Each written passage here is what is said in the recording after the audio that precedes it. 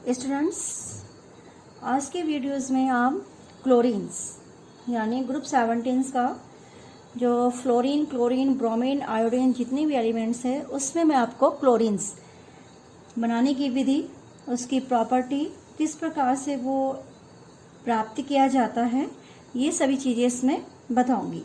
सबसे पहले क्लोरीन है कि क्लोरीन की खोज किसने की और कैसे इसको सबसे पहले प्राप्त किया गया और इसकी जो इम्पोर्टेंट रिएक्शंस है वो मैं आपको समझाती हूँ। देखो, क्लोरीन की जो खोज की थी वो सीले नामक वैज्ञानिक ने की थी और उन्होंने 1774 में, ये हरी पीले रंग की गैस होती है और इसे जब प्राप्त किया गया था तो मैग्नीज डाइऑक्साइड यानी MnO2 पर HCl हाइड्रोक्लोरिक एसिड्स की क्रिया से प्राप्त किया गया था। यानी इन दोनों के मिक्सचर से ये प्राप्त की गई थी। जब इन्हें हीट किया गया तो आपका क्लोरीन गैस और MnCl2 इस टाइप से बाहर निकला।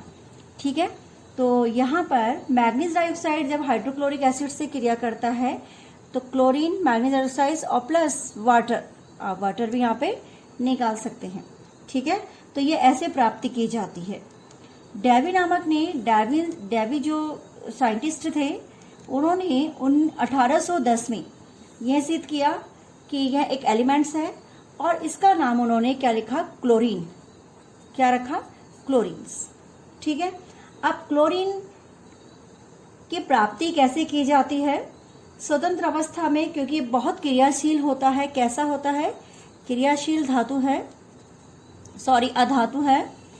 तो यह है क्या? क्लोरीन, फ्लोरीन, ब्रोमीन जितने भी आपके पीछे से हैलोजेंस है वो सब अधातु में कन्वर्ट हो जाते हैं। एलिमेंट्स के साथ साथ तत्व है मगर अधातु है और गैस भी है।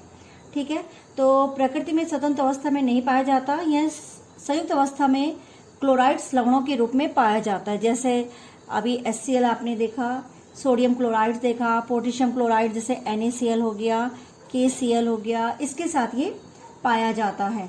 और जैसे MgCl2 हो गया, मैग्नीज क्लोराइड्स इत्यादि के रूप में ये पाया जाता है। अब इसका सामान्य मेथड्स क्या है,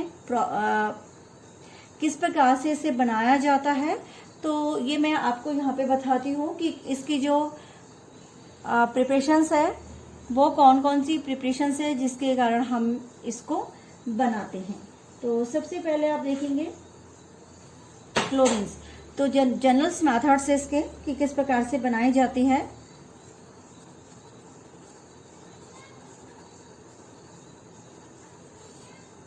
मेथड्स ऑफ क्लोरीन, सबसे पहले मैं रिएक्शंस के माध्यम से इसको समझा रही हूँ। Manganese dioxides react with HCl and gives out MnCl2 and water molecules और प्लस क्लोरीन गैस। ओके, उसके बाद सेकंड स्टेप है, सेकंड देखिए किस प्रकार से, potassium permanganate KMnO4 plus react with hydrochloric and gives out KCl plus MnCl2 and plus water निकलेगा और प्लस Cl2 गैस। यानी KMnO4 पोटेशियम परमैंगनेट जब हाइड्रोक्लोरिक एसिड से क्रिया करता है तो वह क्लोरीन गैस बनाता है। इसी प्रकार से potassium dichromate K2Cr2O7 react with hydrochlorics and gives out KCl, और इसमें Mn नहीं बनेगा तो इसमें आपका बन जाएगा chromyl chloride CrCl3 plus water and plus chlorine gas. तो ये सामान्य मेथड्स है, जनरल मेथड्स कहलाते हैं प्रिपरेशंस का, मगर जो एग्जाम में पूछा जाता है। ठीक है, सबसे ज़्यादा इम्पॉर्टेंट्स नॉर्मली अगर हम कहेंगे KMnO4 से हम बना रहे हैं तो हम कहेंगे कि ये सबसे सरल विधि है, प्रयोगशाला गैस बनाने में सबसे सरल विधि होती है। इस विधि में एक फ्लास्क लेते हैं, उसमें पोटेशियम परमैंगनेट ले करके उसे थिसल कीप की सहायता से सांद्र हाइड्रोक्लोरिक एसिड उसमें बूंद बूंद करके मिलाते हैं। ऐसा करने से जो क्लोरीन गैस होती है तेजी से बनने लगती है और जिसे पहले जल में प्रवाहित करते हैं, फिर सांद्र हाइड्रोक्लोरिक अम्ल में प्रवाहित करके एक जार में जो अधोमुखी विस्थापन होता है उसके द्वारा एकत्रित कर लेते हैं। ऐसे ही पोटेशियम ट्राइक्रोमेट में भी है और ऐसे ही MnO2 वाले किस्से में भी होता है कि किस प्रकार से हम इसे, उसको कहते हैं अपवर्ड्स डिस्प्लेसमेंट यानी अधोमुखी अपवर्ड डिस्प्लेसमेंट, इसके द्वारा उसे क्या कर लेते हैं, एकत्रित कर लेते हैं। अधोमुखी विस्थापन हिंदी में वर्ड होता है और उसे एकत्रित कर लिया जाता है। अब इसके आते हैं इंडस्ट्रियल मेथड्स, जो इंडस्ट्री में काम आते हैं।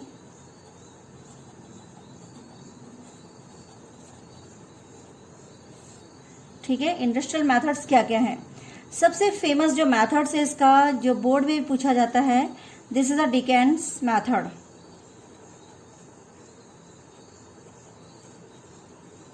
ओके, डिकेन्स मेथड क्या है, इसको ऐसे लिख लीजिए, डिकेन विधि। ओके, इस विधि में जो हाइड्रोजन क्लोराइड गैस होती है वो किसी उत्प्रेरक की उपस्थिति में, और वो उत्प्रेरक होता है आपका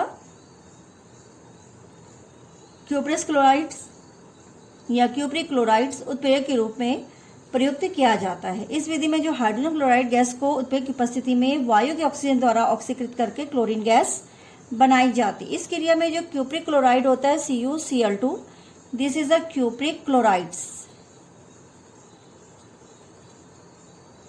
cupric chlorides react as a catalyst. ठीक है, as a presence of catalyst. ये एज ए कैटलिस्ट की भांति क्या करता है, उसमें रिएक्ट नहीं करता है, उसकी केवल प्रेजेंस रहती है। तो यहाँ पर इसका ऑक्सीडेशंस करना है, oxidations presence of cupric chlorides, temperature रख लिया 450 डिग्री सेल्सियस, और गिव्स आउट क्लोरीन गैस और प्लस H2O। बैलेंस कर लीजिएगा रिएक्शंस को।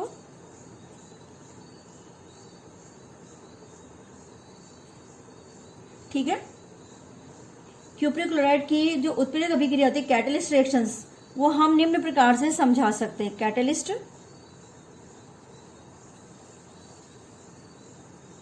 कैटलिक रिएक्शंस किस प्रकार से समझाई जाती हैं। क्यूप्रिक क्लोराइड्स पहले टूट जाता है क्यूप्रस क्लोराइड्स में, Cu2Cl2 में, और जो Cu2Cl2 होता है वो ऑक्सीजन से रिएक्ट करके कंपाउंड बनाता है। ये केवल आपकी इसकी रिएक्शन से। फिर यहाँ पर ये जो एडिशनल कंपाउंड है ये HCl से क्रिया करता है और बना देता है। ओके, और आप इसे बैलेंस कर सकते हैं।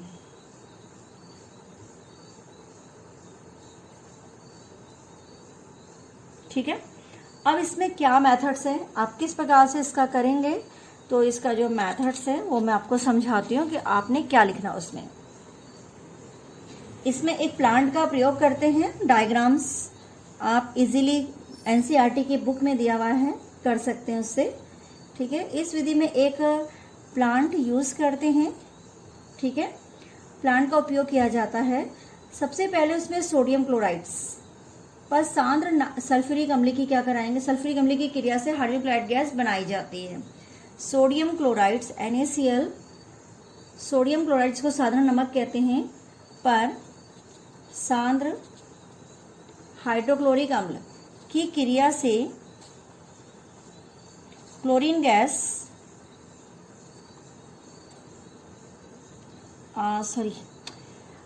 प्लांट में हम NaCl साधारण नमक पर सांद्र सल्फ्यूरिक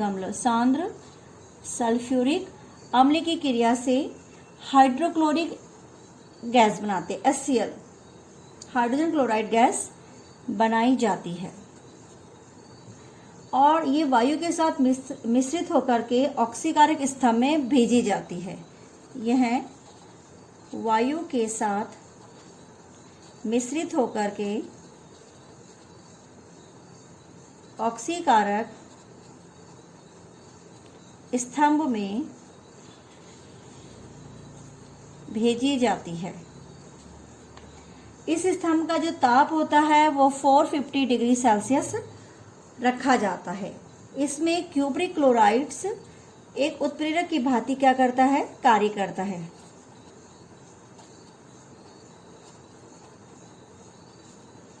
और इसमें क्यूप्रिक क्लोराइड उत्प्रेरक के रूप में जब हम रखते हैं तो हाइड्रोजन क्लोराइड का वायु के ऑक्सीजन द्वारा ऑक्सीकरण हो जाता है। किसका, हाइड्रोजन क्लोराइड का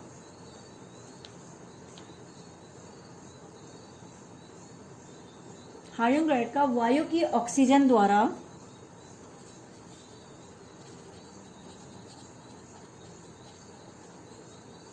ऑक्सीकरण हो जाता है और इस प्रकार से हमें क्लोरीन गैस प्राप्त होती है। तो जो ये आपको दिख रही थी, जो रिएक्शंस मैंने आपको यहाँ पे लिखा दिए, ये आप रिएक्शंस यहाँ से लेकर के यहाँ तक लिख सकते हैं इसके बाद। ठीक है, जो ऑक्सीकारक स्तंभ होता है उसमें बहुत सारे जो प्राप्त गैसें होती है, क्लोरीन के साथ साथ हाइड्रोजन क्लोराइड गैस होती है, जलवाष्प होती है, वायु भी में भी कुछ अशुद्धियाँ रहती है। तो इन्हें दूर करने के लिए उसे ठंडा करते हैं और वॉशिंग टावर में भेजते हैं। वॉशिंग टावर में भेजते हैं। ठीक है, और ऊपर से जल की वर्षा की जाती है।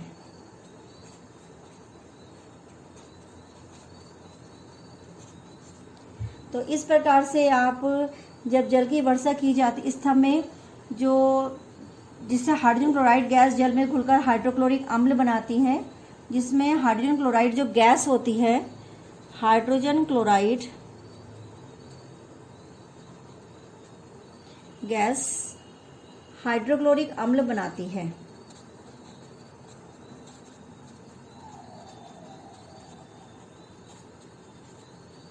हाइड्रोक्लोरिक अम्ल बनाती है। इस प्रकार HCl गैस की जो अशुद्धि होती है वो दूर हो जाती है और हम इसे कहाँ भेजते हैं? गैसीय मिश्रण को हम ड्राइंग टावर में भेजते हैं। ड्राइंग टावर में से भेजा जाता है और ऊपर से शांत सल्फ्यूरिक अम्ल की बूंद बूंद इसमें टपकती रहती है और जल वाष्प शांत सल्फ्यूरिक अम्ल द्वारा अवशोषित होकर के गैसीय मिश्रण में पृथक हो जाता है और इस प्रकार से आपको जो वायु की अशुद्धि होती है केवल वही शेष रह जाती है, बाकी आपका जो अधोमुखी विस्थापन द्वारा हम इसे प्राप्त कर लेते हैं। वॉशिंग टावर हो गया, ड्राइंग टावर हो गया, यहाँ तक आपने इसमें लिखना है। अब आते हैं इसकी प्रॉपर्टी में। प्रॉपर्टी में फिजिकल प्रॉपर्टी तो हरे पीले रंग की गैस है, जैसे आप लिखेंगे हरे पीले रंग की गैस है। ठीक है, और विषैली भी है, ज्यादा सूंघने पर बेहोशी आ जाती है। जल में विलय है,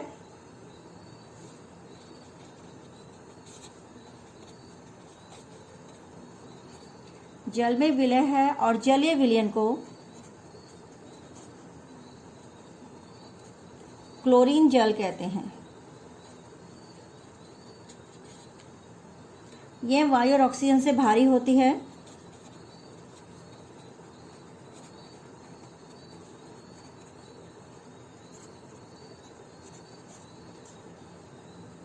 ठीक है, ये इसकी फिजिकल प्रॉपर्टी है। अब आते हैं केमिकल प्रॉपर्टी में। केमिकल प्रॉपर्टी ऑफ क्लोरीन्स, सबसे पहले ये ज्वलनशील है, यानी बर्न अगर कहीं पे आपने रखा है तो ये अपने आप उससे क्या हो जाती है, जलने लगती है। तो यहाँ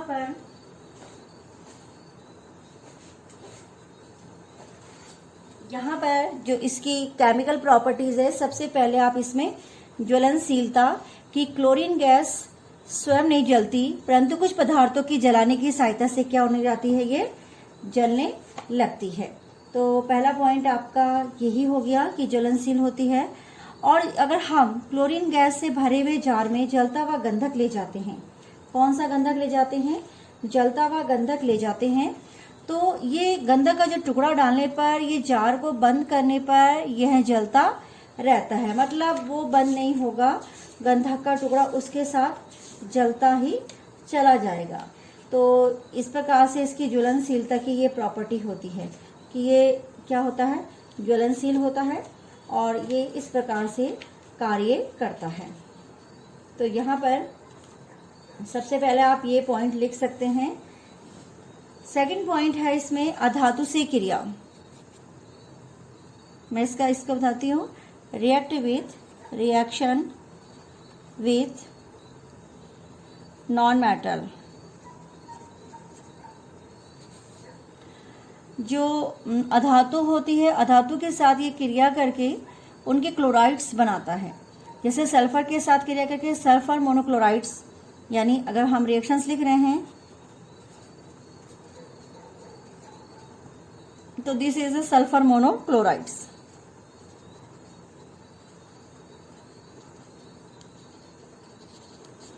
ओके, इसी प्रकार से फास्फोरस है, क्लोरीन से क्रिया करेगा तो ये बना देगा PCl3।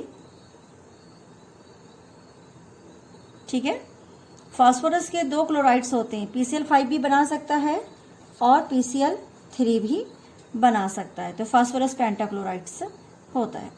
अब तीसरा पॉइंट मैं इसी में बता रही हूँ कि रिएक्शन विद नॉन मेटल्स में ये हाइड्रोजन से क्रिया कर लेता है H2Cl2, लाइट की प्रेजेंस में, सनलाइट्स की प्रेजेंस में, और हाइड्रोक्लोरिक एसिड्स बनाता है।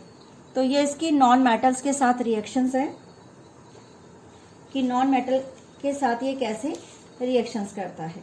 उसके बाद हम आ जाते हैं इसी में second property, reaction with metal.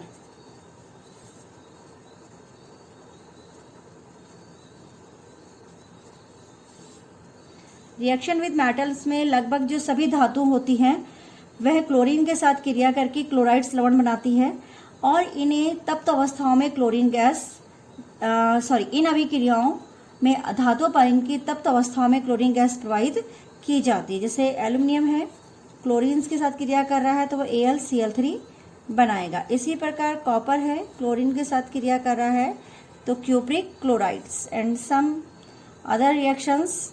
यहाँ पर आप मैग्नीशियम ले लीजिए, क्लोरीन के साथ क्रिया करके MgCl2 and other reactions is a sodium plus chlorine, तो ये सोडियम क्लोराइड्स बना देता है। तो इस प्रकार से ये मेटल्स के साथ रिएक्शंस करता है। फिर आते हैं इसमें हम जल के साथ reactions, reaction with water.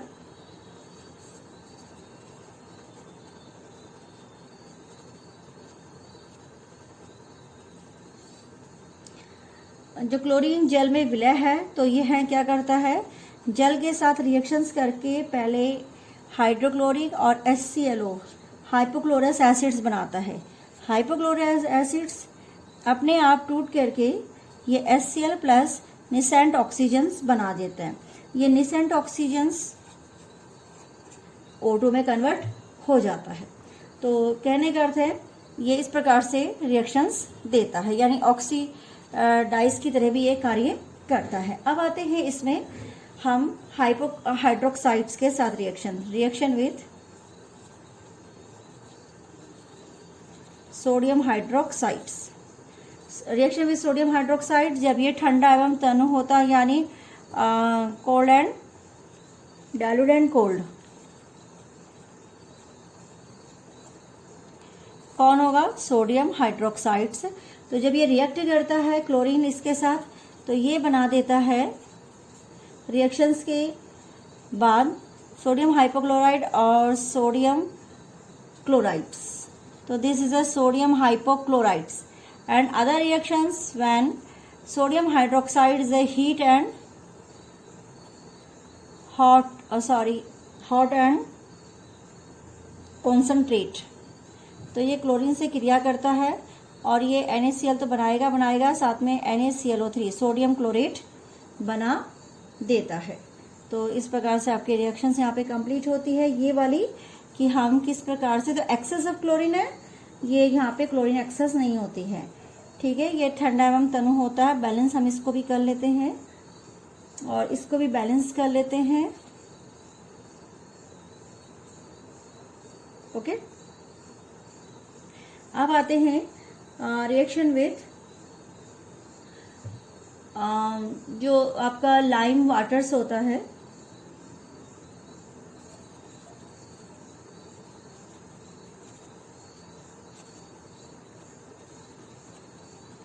Reaction with lime water CH whole twice. तो क्लोरीन लाइम वाटर के साथ रिएक्शंस करके विरंजक चूर्ण ब्लीचिंग पाउडर बना लेता है।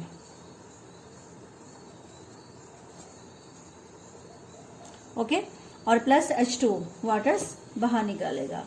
अब आते हैं इसकी कुछ इंपॉर्टेंट रिएक्शंस और भी हैं, जैसे reaction with ammonia.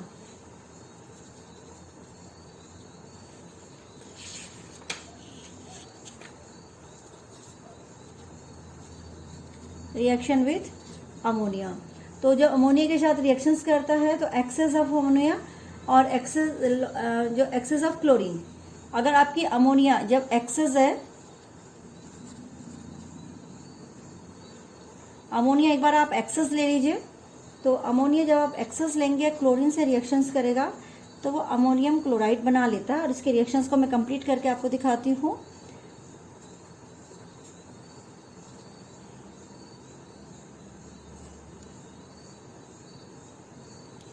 Then second part इसका है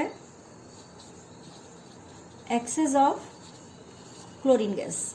जब क्लोरीन ज़्यादा मात्रा में होगी तो अमोनिया प्लस क्लोरीन, तो ये NCl3 नाइट्रोजन ट्राई क्लोराइड्स एक विस्फोटक है, और ये इस प्रकार से 3 क्लोरीन,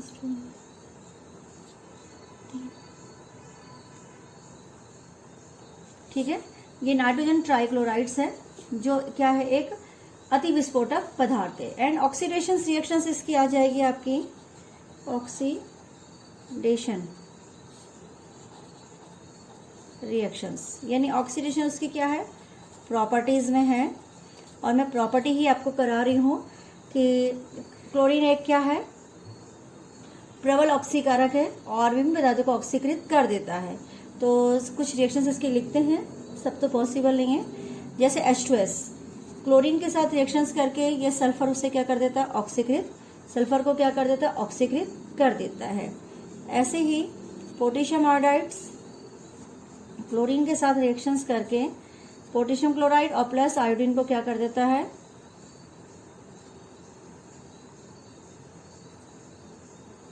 अलग कर देता है, ठीक है, आयोडीन को ऑक्सीकृत कर देता है। इसी प्रकार से मैं एक रिएक्शंस लूंगी फेरस सल्फेट्स वाली, फेरस सल्फेट्स को ये क्या कर देता है, फेरस सल्फेट्स के एसिडिक सॉल्यूशंस को, तो एसिडिक सॉल्यूशन में क्लोरीन से क्रिया कराएंगे तो ये फेरिक सल्फेट में कन्वर्ट हो जाता है, ठीक है। इसी प्रकार से इसमें जिसकी ब्लीचिंग प्रॉपर्टीज होती है वो हो गया। एक्वारेजिया क्या कहलाता है, मैं शॉर्ट फॉर्म में यहाँ पे समझाऊंगी इसी के लिए कि एक्वारेजिया क्या है। तो देखो एक्वारेजिया होता है आपका कि जैसे 3 भाग, इसमें इसी का क्वेश्चन आ जाता है क्लोरीन बनाते समय।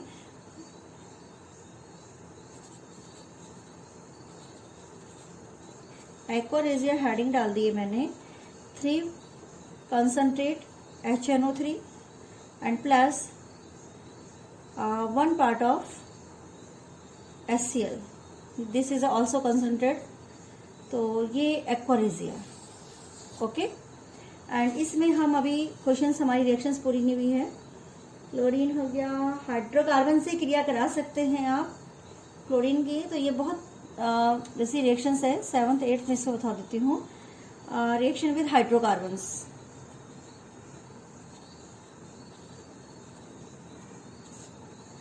तो देखो जो मैथेन्स होता है वो क्लोरीन से क्रिया करके मैथिल क्लोराइड, क्लोरीन से क्रिया करके डाइक्लोराइड्स, क्लोरीन से क्रिया करके ClCl3 और फिर क्लोरीन से क्रिया करके ये बना देता है CCl4। तो ये सिंपल एक रिएक्शंस है CCl4 कार्बन टेट्रा क्लोराइड्स। एक इसमें आप कार्बन मोनोऑक्साइड्स की क्रिया कर सकते हैं कि कार्बन मोनोऑक्साइड्स की जो क्रिया होती है, कार्बन मोनोऑक्साइड क्लोरीन के साथ क्रिया करता है और निम्न रिएक्शंस देता है। तो यहीं पे इसको हम कर लेते हैं रिएक्शन विथ कार्बन मोनोऑक्साइड। तो कार्बन मोनोऑक्साइड क्लोरीन से जब क्रिया करता है तो ये बना देता है फॉस्जिन गैस COCl2, यानी कार्बोनिल क्लोराइड्स बनाता है। इसी प्रकार से हमारे पास 1-2 रिएक्शंस और है, जैसे बहुत इंपॉर्टेंट है मस्टर्ड गैस।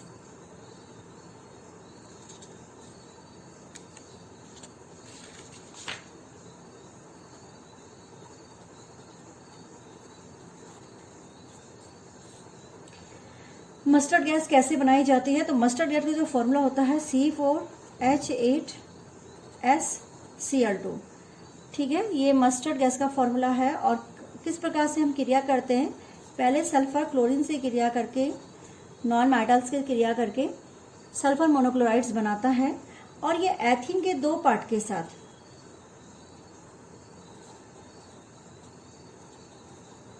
क्रिया करके, सॉरी इसका एक पार्ट यहाँ पे रह गया, इसको ऐसे करके आप डबल बॉन्ड करके, ये एथीन के 2 पार्ट्स, एक पार्ट ये रहा, एक पार्ट ये रहा, एथीन के 2 पार्टों के साथ क्रिया करके ये मस्टर्ड गैस का स्ट्रक्चर बनाता है।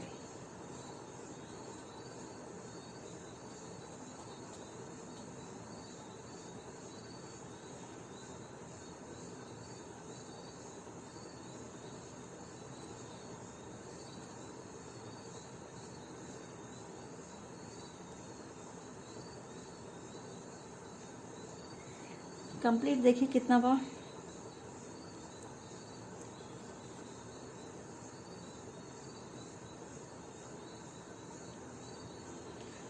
दो 3 4 C4, 2 2 4 6 7 8 CS2,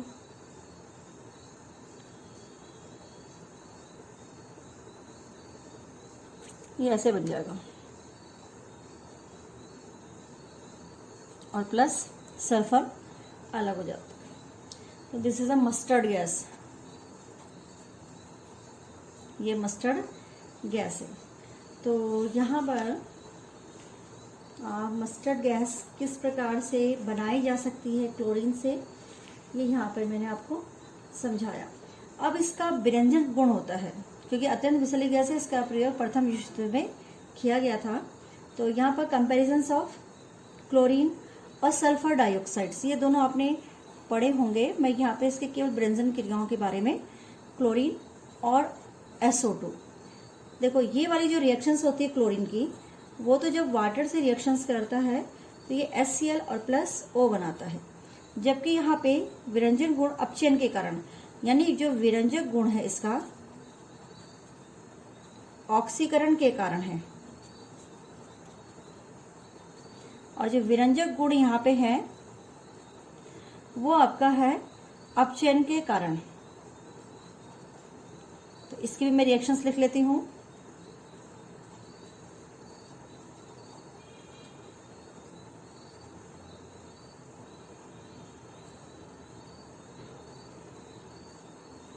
सेकंड पार्ट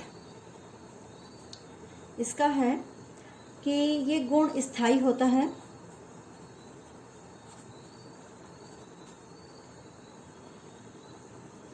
यह अस्थायी होता है।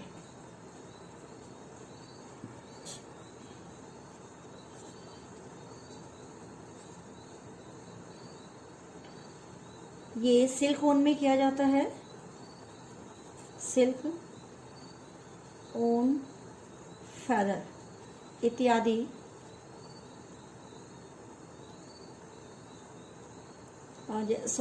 सिल्क ओन, फेदर इत्यादि महत्वपूर्ण नाजुक पदार्थ इत्यादि को नुकसान पहुंचाता है, जबकि ये सिलिकॉन इत्यादि को नुकसान नहीं पहुंचाता।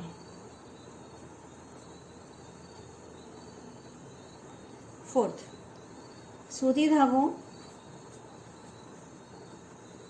पेपर में किया जाता है इसका उपयोग, और जो इसका उपयोग होता है वो सिलिकॉन फेदर स्टॉल के लिए प्रयुक्त किया जाता है।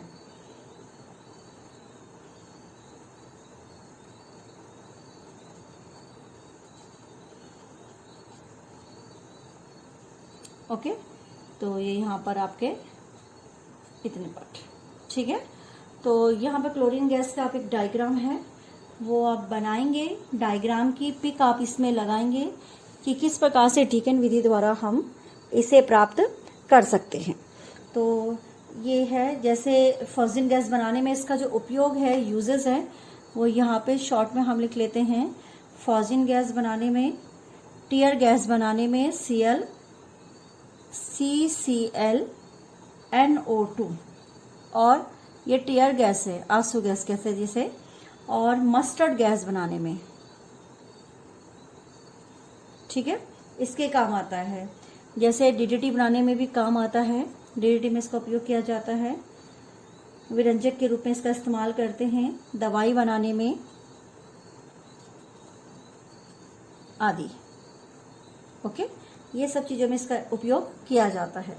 तो ये क्वेश्चंस आप पूरा जो टॉपिक है मैंने क्लोरीन्स आपको अच्छी तरह से समझा दिया, आप इसे कंप्लीट कीजिए।